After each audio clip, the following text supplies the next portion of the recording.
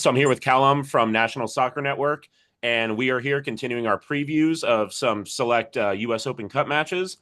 So for this one, we have a USL 2 versus a USL 1 matchup on March 18th at 3:30 p.m. Pacific time. I'm on the Pacific, so I always mess that up. 6:30 Eastern for local.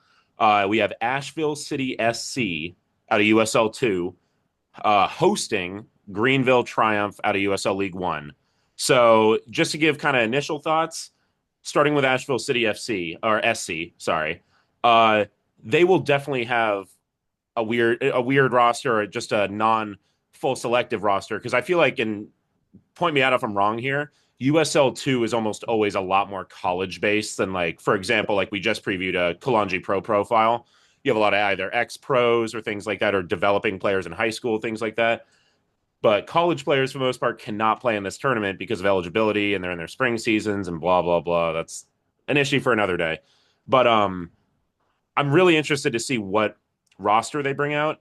They've had solid rosters with this same issue in past years, so I'm not putting it past them. I don't think that's necessarily a huge negative as of now, but they will not have their roster that you'll see in July if they end up making a playoff run in the USL two.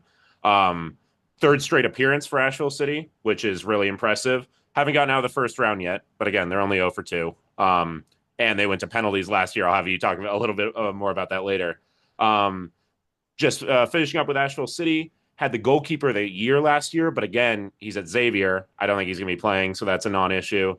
And the reason they qualified first in the South Central Division in the Southern Conference in USL 2 last year, they lost to Louisiana Crew 3-2 in the opening round, Pretty but they big still upset that. automatically, yeah, they still automatically qualified. So, yeah, what are some of your thoughts on Asheville City, if any? So I mean, yeah, the it's going to be a struggle for them with the college players not being eligible. I mean, but granted, they put together a really strong team last year. When they ended up playing Greenville and hosting Greenville in the first round, the exact same thing last year, and it went to pens and they unfortunately lost. I mean, even in that game, Greenville didn't have a lot going forward. We know they struggled in USL one afterwards for the rest of the season, failing to make the Mightily. playoffs and Yeah. really mightily. Um, but both teams were very sound defensively. Both struggled to get forward, but when they did move up, let's say like the last 20 minutes of the game and extra time, things started to pick up, and the goalkeepers were who stepped up. So whoever that replacement can be for Asheville from for the Xavier goalkeeper is probably going to be huge. I'd still, because there's so much unknown, I'd still favor the Triumph. I really like that they brought back Devin Boyce for Forward Madison to help spearhead the attack. I like Deshane Beckford from Hartford that you point out to me before we filmed this.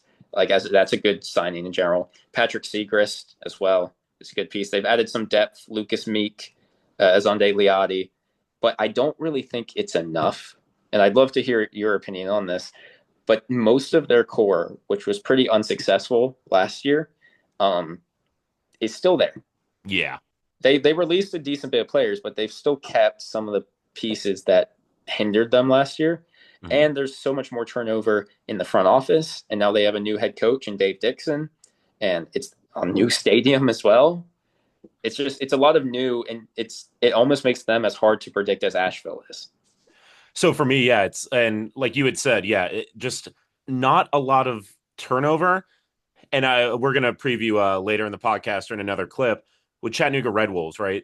They were similar, where kept a lot of players, retained a lot, but the difference is, and they had very similar off seasons. Yeah, you had a USL Championship guy here or there, some top guys from USL League One. Obviously, a couple of guys are going to leave, either get promoted or whatever it may be. The only difference is Chattanooga was second all year and was a very, or first for most of the year, and then I think Knoxville kind of snuck in. Yeah. Um, that's the difference. Greenville missed the playoffs in a, I think it's statistically, just numbers wise, the easiest league, at least last year, to make the playoffs in. I think there were 13 teams and you have 8 spots. Like, come on now. So, what's it called? That was one that stuck out. But in terms of this matchup specifically, so with Triumph, last year they got knocked out by one Knoxville 3-1. Like I said, yeah, it's just more, can those signings, I'm a huge fan of Patrick Zegrist. Shout out my guys in Tulsa. My biggest question mark that I have here is the goalkeeper. So they lost their starting goalkeeper. That was pretty much all of last year, Rankenberg. Now they're relying on either a 32-year-old journeyman goalkeeper in Knight or a guy who on transfer market has a 10K market value in Torman. So that's when, especially in these US Open Cup games, usually, especially with goalkeeper, you usually start your second choice. I don't know if they can afford to do that here because their first choice, really, in my opinion, no disrespect, I just don't think that's a professional caliber goalkeeper room. Now, again, still time to sign people. For the record, we are recording this pretty early. It is late February. It's February 26th. So totally enough time before matches start and even into matches, you can still sign. USL as this really weird transfer window that's basically non-existent. But that's really my only huge question mark for Greenville. I know that they have the potential. They showed it in flashes last year. Not that goalkeeper is something, again, these guys are still pros. I just think that is a huge question mark. And it's something that really stops me from going, oh, 1-0 or 2-0 in regulation.